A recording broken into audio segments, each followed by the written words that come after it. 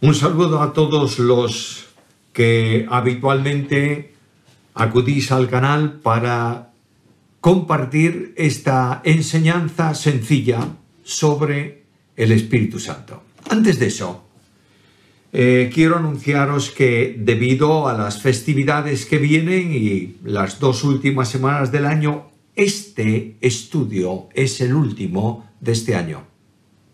Reanudaremos nuevamente las reflexiones sobre el Espíritu Santo ya en el año próximo, si el Señor no viene antes, y será no con estudios, sino con respuesta a las preguntas que muchos están mandando al canal. Será el viernes día 8. Ese día vamos a destinar el tiempo habitual del estudio a respuesta de preguntas. Por tanto, las preguntas se pueden enviar hasta el día 28 de este mes. A partir de ahí ya no podemos recibir más para poder clasificarlas, prepararlas y responderlas en el día 8 del mes que viene. Dicho esto, vamos al tema de hoy. Hoy vamos a estar tratando algo acerca del Espíritu Santo en la dispensación actual. Permitidme recordar que dispensación es técnicamente un periodo de tiempo en el cual Dios trata de una determinada manera con el hombre. Algunos hablan de 7 dispensaciones, otros de 6 dispensaciones. Leí hace poco tiempo un hermano que mantenía que hay 4 dispensaciones. Permitidme que os diga que cualquier posición producirá una contraposición por otra parte. No discutamos por eso. Entiendo que en la Biblia hay 3 dispensaciones, y alguien dirá, vaya novedad. La primera es la dispensación del Padre, que corresponde a todo el tiempo desde la creación hasta la venida de Jesucristo. Notaréis que en el Antiguo Testamento la persona divina que se manifiesta permanentemente, continuamente, es el Padre. Es verdad que hay referencias al Espíritu Santo, es verdad que hay referencias al Mesías, pero es el Padre, el que se manifiesta, el que saca a su pueblo de Egipto, el que promulga las leyes, el que habla a los profetas por medio del Espíritu. El Padre está presente en ese tiempo, en esa dispensación. Luego está una dispensación más corta, que es la dispensación del Hijo. Cristo viene al mundo, nace en Belén, desarrolla su ministerio, muere en la cruz, es sepultado, resucitado de entre los muertos, ascendido a los cielos, y esa persona divina, la segunda persona de la Santísima Trinidad, el Verbo encarnado, se manifiesta durante el tiempo del ministerio de Cristo de forma especial. ¿Es que acaso no se manifiesta el Padre? Por supuesto que sí. El Padre da testimonio del Hijo, este es mi Hijo amado en quien tengo complacencia. ¿No se manifiesta el Espíritu Santo? Sí, se manifiesta el Espíritu Santo, pero el tiempo, la persona divina que actúa de una forma especial en ese tiempo es la segunda persona de la deidad. Dios el Hijo manifestado en carne es la dispensación del Hijo de Dios. Luego, a partir de Hechos capítulo 2 en adelante, está la dispensación del Espíritu, en el sentido de que es el Espíritu el que se mueve, el que funciona, el vicario de Cristo, el que conduce la Iglesia, el que otorga los dones, el que proyecta el poder de Dios a los creyentes, el que hace la obra de Dios aquí en la tierra, planifica y conduce las cosas, el que, como hizo en el Antiguo Testamento, también ahora inspira la escritura del Nuevo Testamento, la dispensación del Espíritu. En este tiempo, Dios el Espíritu Santo se manifiesta cumpliendo la promesa que Cristo hizo a los suyos. Si me fuere, os enviaré el Espíritu. Y dijo, conviene que yo me vaya, porque si no, Él no viene. Y cuando Él venga, tomará de lo mío, os lo hará saber y os va a conducir a toda verdad. Llamo vuestra atención a Hechos capítulo 2, versículo 1, y leemos algunos de ese pasaje escritos por Lucas en el libro de Hechos de los Apóstoles. Cuando llegó el día de Pentecostés, estaban todos unánimes juntos y de repente vino del cielo un estruendo como de un viento recio que soplaba, el cual llenó toda la casa donde estaban sentados.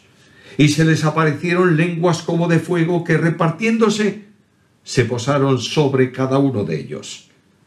Y todos fueron llenos del Espíritu Santo, y comenzaron a hablar en otras lenguas según el Espíritu les daba que se expresasen.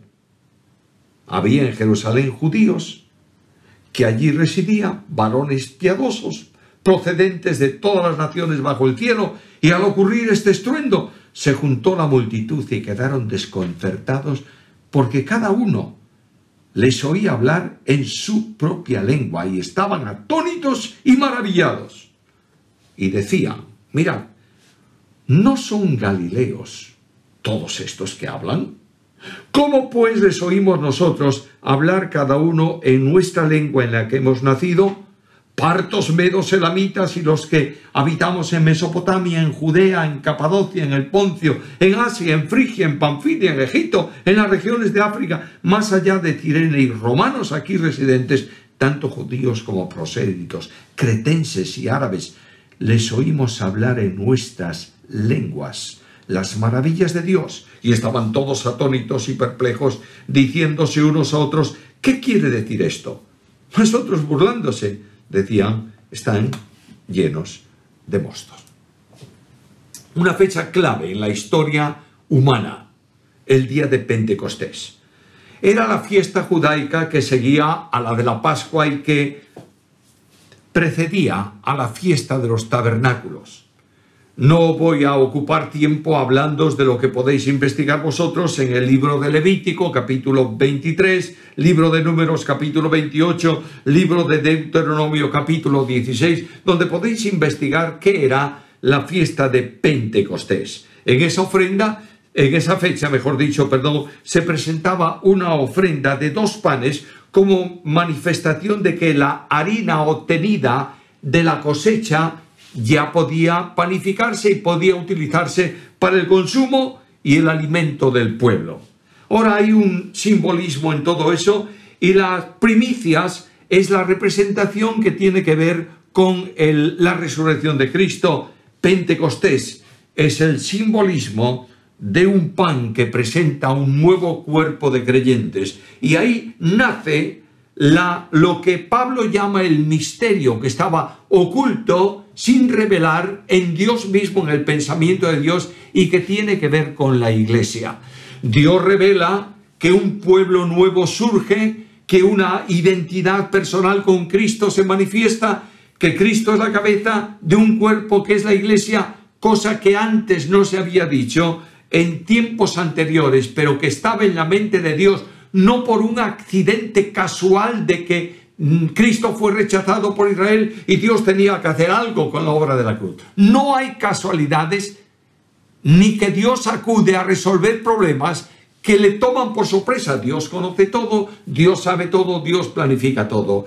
Lo que quiero deciros con eso es que el Dios de la Biblia está actuando en este tiempo de una forma diferente a como lo hizo en los tiempos anteriores, en la formación de un pueblo único. Notad que hay un pueblo antiguo que era Israel, hay otro pueblo que son los gentiles, enemistad entre ambos, y de pronto Pablo dice que de 2 pueblos hizo no otro pueblo, sino un nuevo hombre.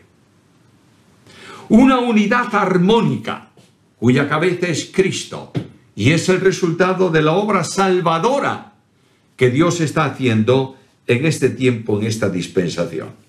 Ahora, cuando viene este día especial, notaréis que hay 2 grandes manifestaciones de Dios. En primer lugar, la primera manifestación, versículo 2 del capítulo 2, de repente vino del cielo un estruendo como de un viento recio que soplaba, el cual llenó toda la casa donde estaban sentados. Ruido como una ráfaga de viento fuerte, intenso, que va a convocar a la gente. ¿Qué es este ruido que se sintió ahí? ¿Qué es lo que ha ocurrido en ese lugar? Segunda manifestación, versículo 3. Y se les aparecieron lenguas como de fuego que, repartiéndose, se posaron sobre cada uno de ellos. Una manifestación de lenguas como de fuego. Algunos piensan que era como una ráfaga de fuego que venía y se revertía en pequeñas llamas sobre las cabezas de la gente, de los creyentes que estaban reunidos. Sea como sea, lo único que entendemos ahí es que hubo primeramente un ruido recio, fuerte, intenso, como de un viento recio que corría, y luego después de eso se manifiesta la presencia de llamas de fuego, de lenguas de fuego sobre los que estaban presentes allí. Lo que ocurre es que Dios está tomando posesión de su nuevo templo. En la antigua dispensación, cuando se levantó el tabernáculo en el desierto, dice que la gloria de Dios llenó el santuario y nadie podía entrar allí, porque Dios había llenado el santuario y con su gloria manifestaba, ponía de evidencia, exhibía, decía a los que podían contemplar aquello, que aquel santuario era suyo y él se posesionaba de él. Llega el templo de Salomón y ocurre exactamente igual. Cuando el rey ofrece, dedica a la casa que había construido, la gloria de Dios llenó la casa. Y la evidencia de que era la casa de Dios es que la gloria de Dios estaba allí presente. Ahora el templo queda a un lado, el edificio histórico de piedras queda a un lado y Dios se va a manifestar en su nuevo santuario. El santuario de Dios en espíritu es la iglesia. Y Dios toma posesión de ese santuario llenando con su espíritu en plenitud para que la gente conozca que Dios está en ese pueblo, en ese conjunto de personas que van a predicar el evangelio y van a anunciar la salvación por gracia mediante la fe.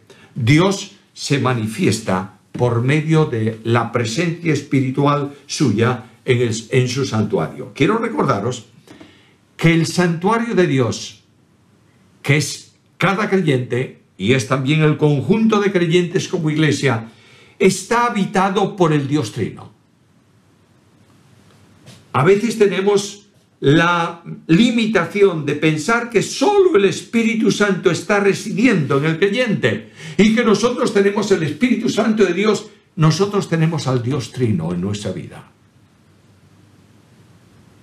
El apóstol Pablo dice que Cristo es en vosotros esperanza de gloria. Que el Padre, Efesios también en el mismo capítulo 4, en Efesios dice que el Padre está en todos y por todos. Y el Espíritu Santo en varios lugares se dice que está residiendo también en el cuerpo del creyente. Esto tiene una importancia capital. Pero volvemos a nuestro texto de Hechos de los Apóstoles. La demostración de la presencia del Espíritu Santo es que además de este aspecto visible y este impacto de sonido, de pronto el Espíritu Santo comienza a producir un milagro en la vida de aquellos que lo habían recibido. Y es que la multitud por el estruendo se congrega y de pronto empiezan a escuchar a todos aquellos que alaban a Dios en los idiomas que antes no conocían y que no hablaban. Es interesante que notemos bien esto. No están diciendo cosas que nadie comprende. En el Nuevo Testamento, lenguas son siempre idiomas. Y la prueba de que son idiomas es que estaban atónitos y preguntaban, pero vamos a ver, ¿no son galileos estos? Entonces, ¿cómo escuchamos que cada uno habla en nuestra lengua? En la lengua de los partos, medos, elamitas, de los que están en Mesopotamia, en Judea, en Capadocia, en el Poncio, en Asia, en Egipto, en fin, toda una serie de naciones con lenguas diferentes, con idiomas diferentes, que están siendo usados por aquellos que fueron llenos por el Espíritu Santo para alabar el nombre del Señor. El tiempo anunciado, el apóstol Pedro lo va a tomar refiriéndose o contestando o respondiendo a la multitud de forma especial, a los que se burlaban de aquello, porque todos, versículo 12, estaban atónitos y perplejos, diciéndose unos a otros, ¿qué quiere decir esto? ¿Cómo es posible? ¿Qué ha pasado aquí? Sonido impetuoso como si fuese un viento recio. Y ahora una manifestación de hablar en idiomas por gente que no los conoce. ¿Qué pasa aquí? Claro, algunos se burlan y dicen, están borrachos, hombre. ¿No veis que están borrachos? Pedro va a responder. versículo 14 del capítulo 2. Pedro, poniéndose en pie con los 11, alzó la voz y se expresó así, diciendo: varones judíos, y todos los que habitáis en Jerusalén, esto sea notorio, y prestad atención a mis palabras, porque estos no están ebrios, como vosotros suponéis, puesto que es la hora tercera del día. Se acaba de empezar el día, es temprano por la mañana. ¿Cómo es posible que puedan estar ebrios? No hubo tiempo para eso, sino que esto es lo dicho por el profeta Joel. Y abre la escritura. Hay muchas lecciones que tenemos que aprender, yo el primero. Y es que no hay respuesta para las preguntas del mundo sobre asuntos de Dios que no tengan que ser asentadas en la Biblia. Estamos utilizando la Biblia cada vez menos. Y hay una enorme ignorancia de Biblia en muchas personas de muchas iglesias. Pedro abre la Escritura y dice: todo esto que está ocurriendo, estos idiomas que están hablándose por parte de quienes no lo conocían, es que el Espíritu de Dios ha irrumpido en la historia humana de una forma especial. Y dice que Joel les habló de que en los últimos días, dice Dios, derramaré de mi Espíritu sobre toda carne. La pregunta que tenemos es que cuando leemos ese pasaje de la profecía que él menciona, de Joel, tenemos que preguntarnos: ¿se cumplió la profecía de Joel toda o no? La idea de algunos es que simplemente fue una referencia que él usó de la Biblia para decirle a aquellas personas: Joel ya había anunciado en su profecía que un día se producirá esto y que el Espíritu de Dios vendrá sobre toda carne. Es posible que sea una correcta interpretación. Otros dicen: sí, se ha cumplido totalmente. Mi problema es que los prodigios de arriba en el cielo, versículo 19, que el sol se convertirá en tinieblas, versículo 20, que sucederá conmociones antes de que venga el Señor, no se ha cumplido todavía. Lo que sí dice Pedro es esto: miren, señores, el Espíritu Santo de Dios, cuando viene y ocupa la vida de una persona, produce lo que vosotros estáis viendo que ha ocurrido y que se está produciendo aquí. Ahora el Espíritu Santo está. Y el Espíritu Santo está moviendo a las gentes para adorar a Dios. Lo está haciendo en idiomas que aquellos que nunca han visto este tipo de adoración y de acercamiento, de aproximación a Dios, estén escuchándolo y puedan ser beneficiados. Y además de esto, le va a permitir al apóstol Pedro predicar un mensaje del Evangelio eminentemente cristocéntrico. Mira, por favor, si tienes tu Biblia ahí a mano, capítulo 2, versículo 22. Pedro predica el Evangelio. ¿Cómo comienza Pedro? Varones israelitas, oíd estas palabras. Jesús Nazareno. Ahí tienes a Cristo en el mensaje. No hay sermón bíblico que no gire en torno a Cristo. No puedo abrir la Biblia y enseñar nada de la Biblia que no tenga concordancia absoluta con Jesús. Porque Cristo es la razón de ser de la profecía. Es el alma de la profecía. Es la expresión absoluta de la palabra. Por tanto, el mensaje de Pedro, dirigido sin duda ya por el Espíritu Santo de Dios, es un mensaje cristocéntrico.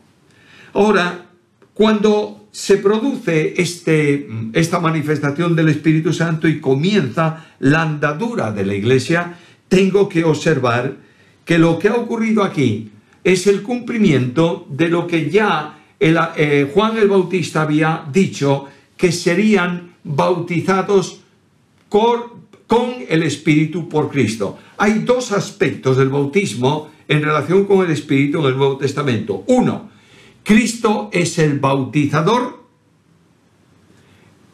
la Iglesia es la bautizada y el Espíritu Santo es el agente del bautismo. Por tanto, cuando Cristo dijo a los suyos, soplando, dijo: tomad el Espíritu Santo, recibid el Espíritu Santo, estaba anticipando que la Iglesia iba a ser sumergida en el Espíritu, que el Espíritu formaría la unidad de la Iglesia, que el Espíritu conduciría a la Iglesia. Ese bautismo en el Espíritu se produce una sola vez en la historia. Lo tienes aquí en Hechos. Segundo aspecto que es importante, el bautismo del Espíritu, hecho por el Espíritu. Carta primera a los Corintios, capítulo 12 y versículo 13. Carta primera a los Corintios, capítulo 12, versículo 13.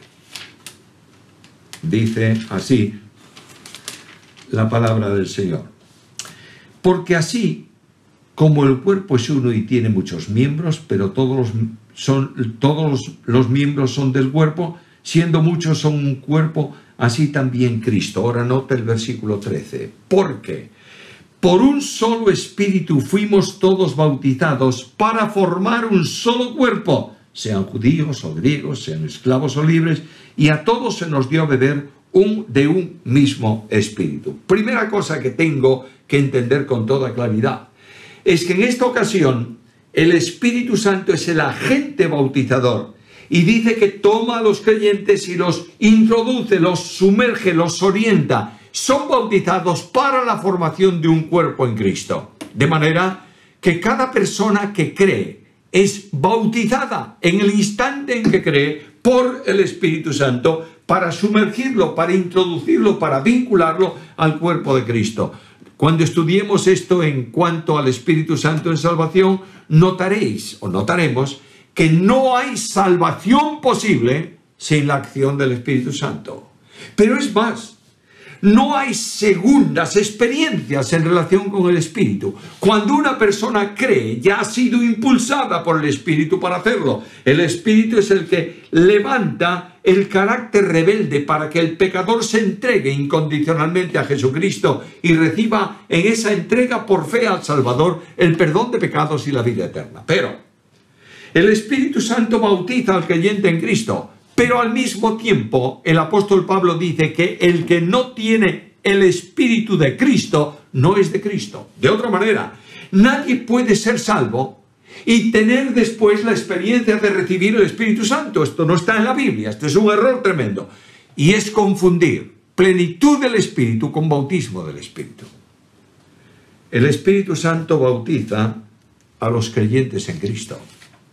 Y es el oficio vinculante del Espíritu Santo y una de sus misiones. De manera que el Espíritu Santo ha venido y ha unido a cada uno de los creyentes, ha hecho la unidad del cuerpo de Cristo, y dice el apóstol Pablo en Efesios capítulo 4 que tenemos que tener solicitud, interés, esmero, cuidado absoluto en mantener la unidad del Espíritu en el vínculo de la paz. La Iglesia no está unida por dogmas,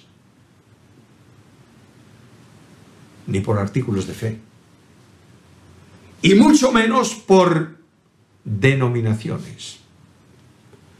La Iglesia de Cristo es el cuerpo de creyentes unidos vitalmente a la cabeza que es Cristo por el Espíritu Santo. Por esa razón, cuando tú tratas de dividir la Iglesia de Cristo, no importa cómo sea, de escindir lo que es una unidad, estás luchando contra Dios. Y quiero decirte algo de forma tremendamente solemne. Antes de que seas instrumento para dividir una iglesia, pide al Señor que te lleve a su presencia.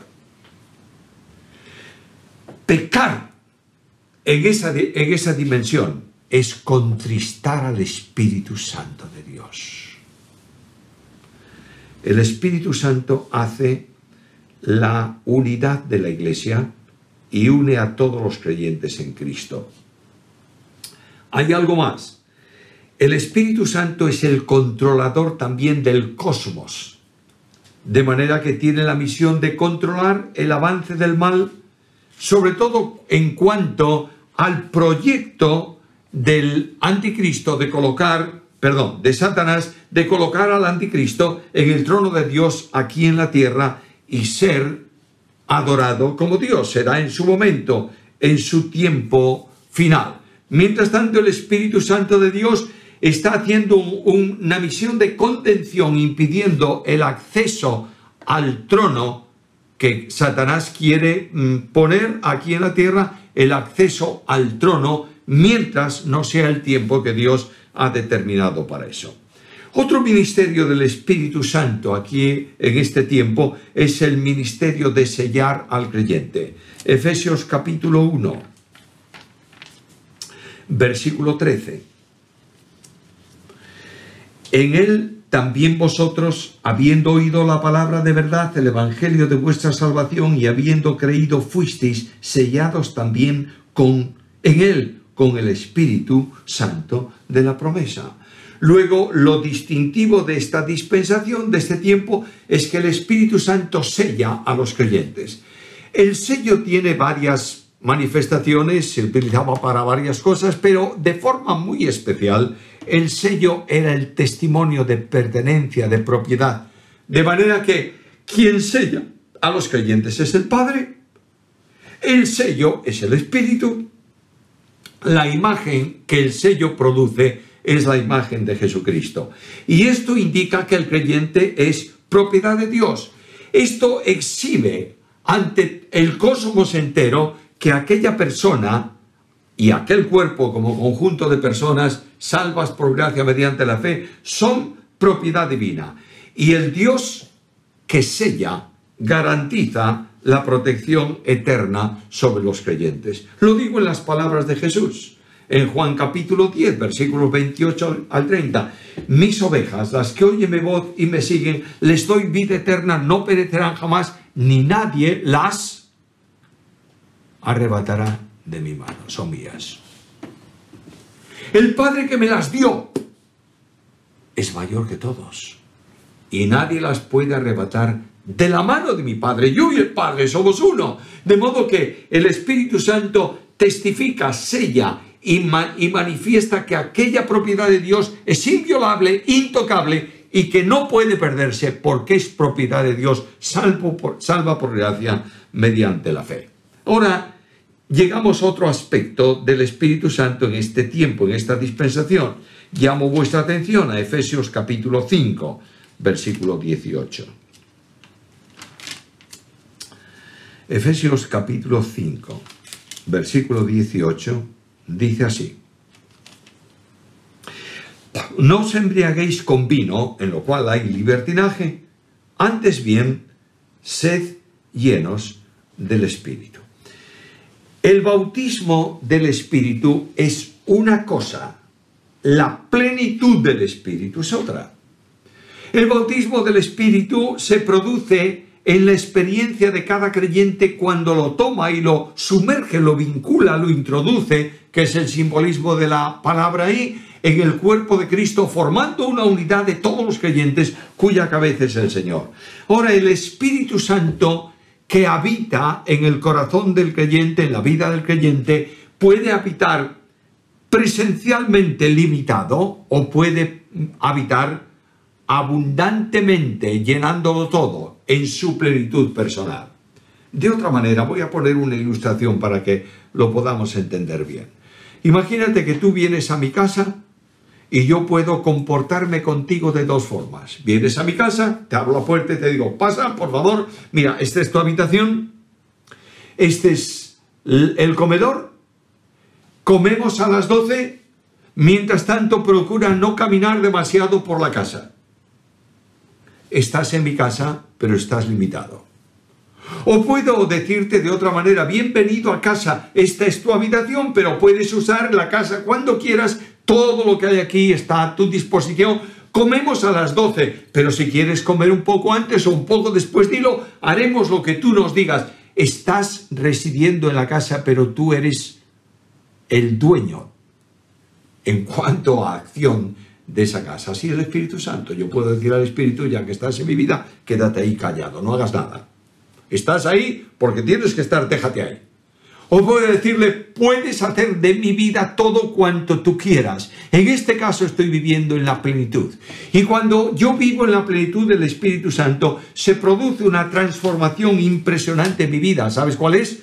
Y es que se está cumpliendo el programa del Padre y el Espíritu está haciéndome día a día cada vez más conforme, más semejante, más dimensionado a la imagen de su Hijo. La plenitud es el propósito de Dios para la vida del creyente. Es verdad que no siempre vivimos ni estamos en la plenitud. Y notaréis que en Hechos la plenitud se repite. Aquellos que fueron llenos del Espíritu, capítulo 2, vuelven a ser llenos del Espíritu, capítulo 4, y hay varias dimensiones así a lo largo del libro de Hechos, y hay exhortaciones en las epístolas a una vida en el control y en el poder del Espíritu. Por tanto, es necesario que vivamos en la plenitud del Espíritu, pero la plenitud del Espíritu no es el bautismo del Espíritu. Y estar llenos del Espíritu Santo no exige necesariamente que tú hables en lenguas, ni que hagas milagros. Las lenguas, lo veremos en su momento, son dones. No todos tienen el mismo don. Y cuando algunos hablan de lenguas, estamos hablando, señores, de idiomas traducibles y conocidos en la tierra. La prueba de ello es que se mencionan esos ahí. Es que yo hablo lenguas angélicas así como hablaban los ángeles. Cada vez que un ángel habló y un hombre lo escuchó, habló en su idioma. No en sonidos que no se comprenden ni se sabe qué dicen. No se trata, bueno, alguien me va a decir, es que Pablo dice que si yo hablase lenguas humanas o angélicas, esa es una hipérbole de lenguaje. Es decir, si yo pudiese hablar los idiomas con la corrección y perfección con que un ángel los pudiera hablar, es lo que está diciendo Pablo. Pero cada vez que hay lenguas en el Nuevo Testamento, siempre se refiere a idiomas, no a sonidos indescifrables, sino precisamente a idiomas que son traducidos.